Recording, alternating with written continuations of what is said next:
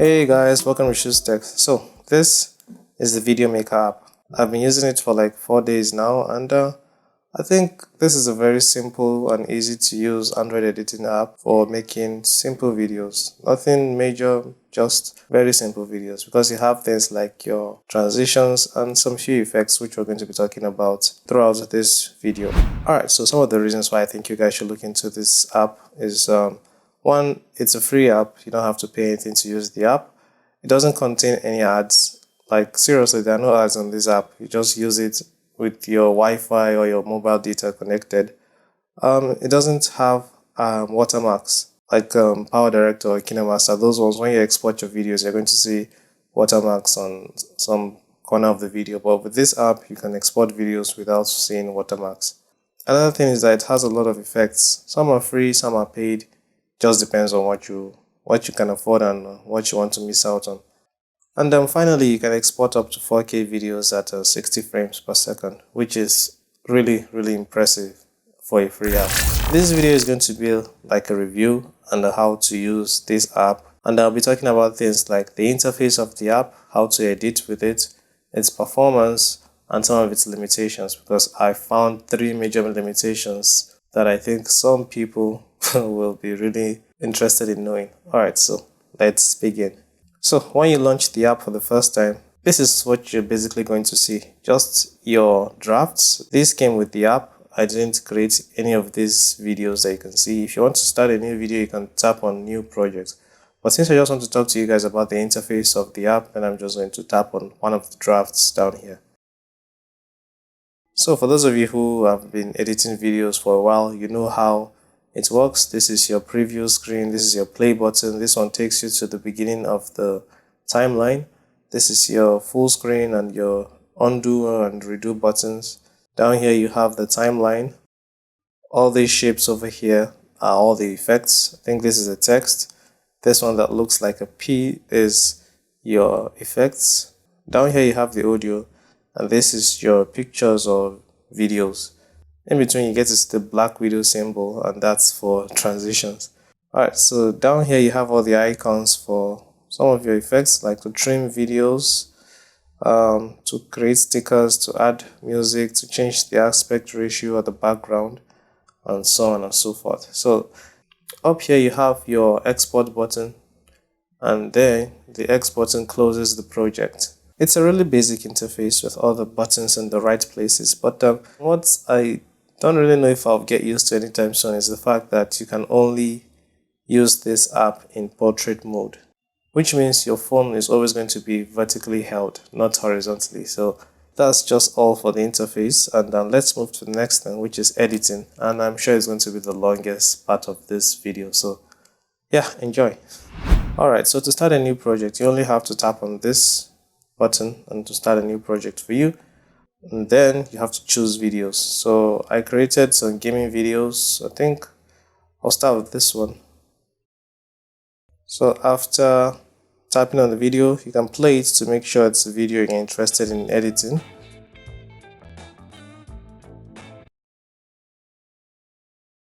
Alright, so the video has been imported into the timeline, and I'm just going to zoom out a bit because I feel like it's too long. One of the most basic operations you do while editing is cutting videos or splitting. And to do that here, you just need to tap on the video layer and then you tap on split. And that's very easy. So if you don't want this part of the video, you can tap on it and then tap on the delete button, which is down here. And you can just easily delete it. If you make a mistake, you can come up here and then undo that operation you just did. For sure, that's a very easy thing. But what I want to talk about in this part of the video is the effects and how to create audio markers and how to overlay. And then I'll talk about how to use transitions.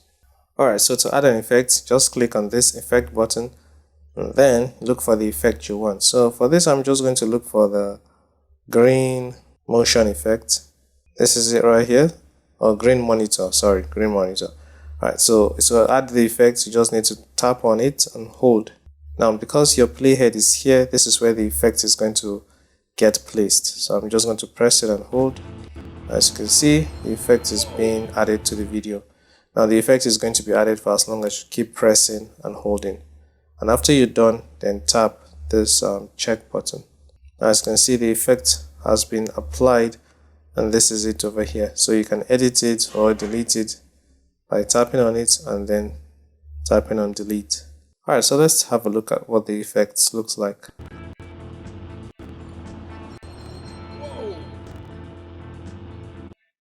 So that's basically how you do it. You just tap on effect and then you select the effect you want. Let's see another one. This one is called the Phantom.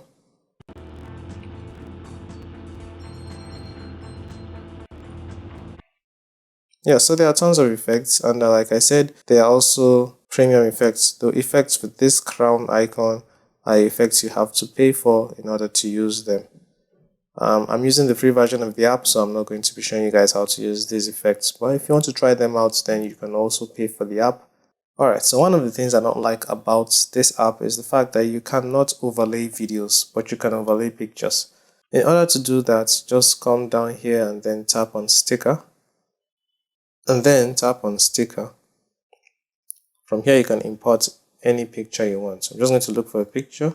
Alright, so I selected this picture and I'm going to tap this. So as you can see, the picture has been brought up here, and you can adjust it to how you want, expand, whatever you want to do, you can do with the picture. And this is it down here on the timeline. You can tap on it to increase the length of the picture by dragging the sides. And if I play it, you're going to see the picture pop on the screen. Alright, so I went ahead and made a few cuts to the video, and I'm going to be showing you guys how to add transitions. And it's very easy. After creating a cut, tap on this icon, and then you're going to have a list of all the transitions that are available for you. So I think I'll just choose move L to move left. And after adding a transition, you can see the black widow symbol. Yeah, so I'm just going to add more transitions so you guys can see how they work. Alright, so I've added some transitions and I'll just play so you guys can see. I think we'll need to fix that. Oh, nice. That was close. Watch it. I'm not paying for that. I'm not paying for that. So those are probably the wrongest times to add transitions, but you guys get the point. So if you want to add an effect or do anything to a particular clip, you just need to tap on the clip and you have all these options down here that you can work with. You can reverse, you can rotate, you can duplicate, and all those things. To add a text, you just need to tap on text and then type in what you want. Choose text. Pun intended. And then tap the OK button. So this is your text. You can edit it to how you want by tapping on the pencil icon here. And then you can do all sorts of editing. Like you can change the font, you can change the color. Let's try black. And you can change the animation. So this is how the text is going to come in. If you want to change the animation for how the text is going to exit the screen, then you tap on out and then select the animation you want. So I think I'll just tap on slide. Finally, you can create a loop of how the text is going to be throughout the video, which I think to some extent may not be necessary, but it depends on what you want. We have this other feature that can create spaces between the characters and make it transparent or opaque. I think that's how you pronounce it. And then you just need to tap on OK. And this is how it looks like. Oh, nice. That was close. Alright, so one really cool feature I like about this app is the audio marker. What I'm going to do now is just import a new audio, sounds, and music, and then I'm going to import this butchers. And this option down here that says marker is what we're going to be looking at. So I'm just going to give this audio a play, and whenever there's a beat that I like, I'll create a new marker. Check it out.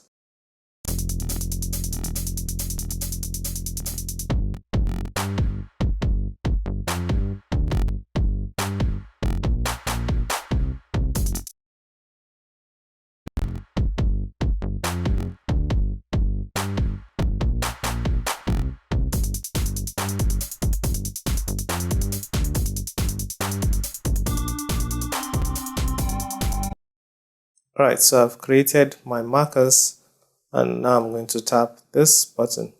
So you must have noticed that each time there's a marker, that nice beat comes up. So what I want to do is adjust these pictures to match the beats. And then when I'm done, I'm going to show you the final outcome. Okay, I'm done. It's not perfect, it's just what I can do because I'm trying to make this video as short as possible. But here we go.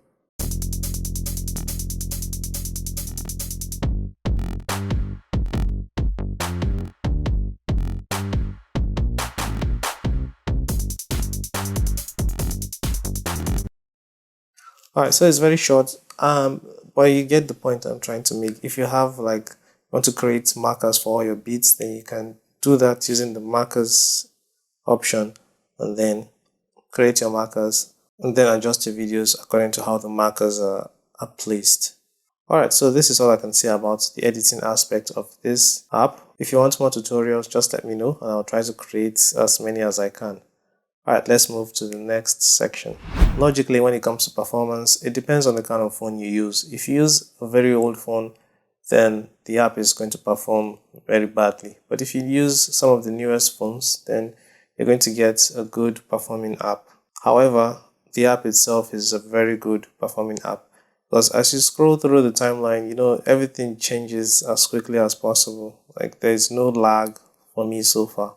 Compared to PowerDirect, there's lags when I scroll through the timeline, but on this one, there's no lags. Also, when you're exporting videos, it depends on the resolution you're exporting your videos in. If you're exporting in 4K, it's going to take a lot longer than exporting in 720p. And I believe it also varies with device. So if you have a good device with one of the latest processors, then you're going to export videos faster compared to old processors or slow processors. Overall, this app is good when it comes to performance. There are 3 things that I think this app is lacking. Number 1 is something that I've mentioned earlier. You can't overlay videos. You can overlay pictures but not videos. And the second thing is you can't use keyframes here. Keyframes, in my opinion, are very vital. So those of you who want to create animations, well, you have to stay away from this app. Well, as I said earlier, this is a simple app for making simple videos. Finally, there is no chroma key function here, which is very it's very bad. So for those that like using green screens, you can't do that using this app, which is a very big deal breaker for most people.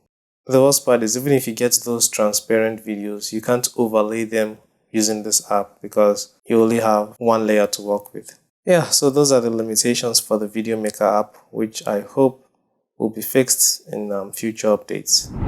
Alright, so that's all for the review of the Video Maker app for Android. Oh yeah, I should also say /how to use the app. My final thoughts is this is a very good, simple video editing app.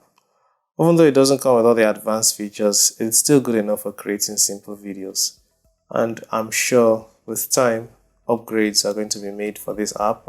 Oh well, that's just it for this video. If you found it helpful, make sure you give it a thumbs up. And if you want more videos like this, then make sure you subscribe to the channel. I'll be seeing you guys in the next video. Stay safe and bye-bye.